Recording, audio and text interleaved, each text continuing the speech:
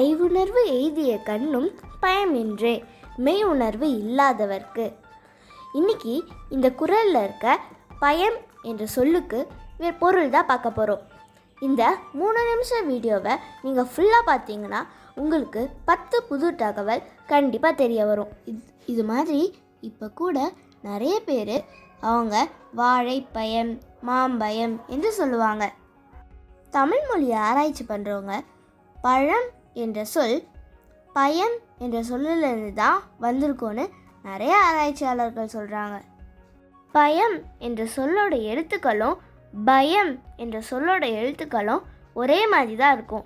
ஆனால் அதோட உச்சரிப்பு தான் மாறும். அபயம், உபயம், பயம். இதில் பயம் என்ற சொல்லுக்கு அச்சம், ஃபியர் என்று பொருள். பயம்னா என்ன தெரியுமா? நம்ம எல்லாருக்கும் தமிழில் ஒருமை பன்மை, இங்கிலீஷில் சிங்குலர் ப்ளூரல் அப்படின்னா என்னன்னு தெரியும். உதாரணத்துக்கு ஒருமையில் அவன் என்று சொன்னால் பன்மையில் அவர்கள் என்று வரும்.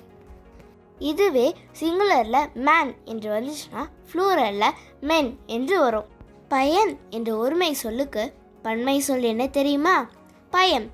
இதை நான் சொல்லலை, தொல்காப்பியரும் சொல்லியிருக்காரு, திருவள்ளுவரும் சொல்லியிருக்காரு.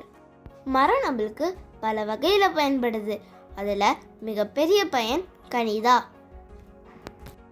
அந்த கனிக்கு ஆரம்ப கால மக்கள் பயம் என்ற சொல்லை தான் பயன்படுத்தியிருக்காங்க. அதுலேருந்து தான் பழம் என்ற சொல் உருவாகுது. தமிழில் மட்டும் இல்லை, இங்கிலீஷில் ஃப்ரூட் என்ற சொல்லுக்கு என்ன மீனிங் தெரியுமா? To enjoy or to have the use of. Fruit என்ற வேர்ட் லத்தீன்லேருந்து தான் இங்கிலீஷ்க்கு வந்திருக்கு. அதனால் ஃப்ரூட்டோட வேர் சொல் லத்தீனில் தான் இருக்குது. அது இப்போ இங்கே இருக்குது பாருங்கள்.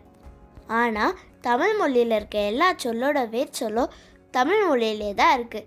அதை நம்ம வேறு எந்த மொழியிலையும் போய் தேட தேவையில்லை. உங்களுக்கு ஒன்று தெரியுமா? புத்தர் பேசின மகத மொழி, இயேசு பேசின அராமிக் மொழி இப்போ பயன்பாட்டில் இல்லை. ஆனால் அதுக்கு முன்னாடி தோன்றிய தமிழ் மொழி இன்னைக்கு வரைக்கும் இளமையாக தான் இருக்குது. இனிமேல் யாராவது தள்ளுவண்டியில் பழத்தை விற்றுட்டு வந்தாங்கன்னா முதல்ல என்னோடய வீடியோ தான் ஞாபகம் வரும். இது மட்டும் இல்லை, யாராவது பயம் என்ற சொல்லை பயன்படுத்தினாங்கன்னா அது 4000 வருஷ பழமையான சொல்னு ஞாபகம் வந்துடும். இது மாதிரி தமிழில் நிறைய சொற்கள் இருக்குது.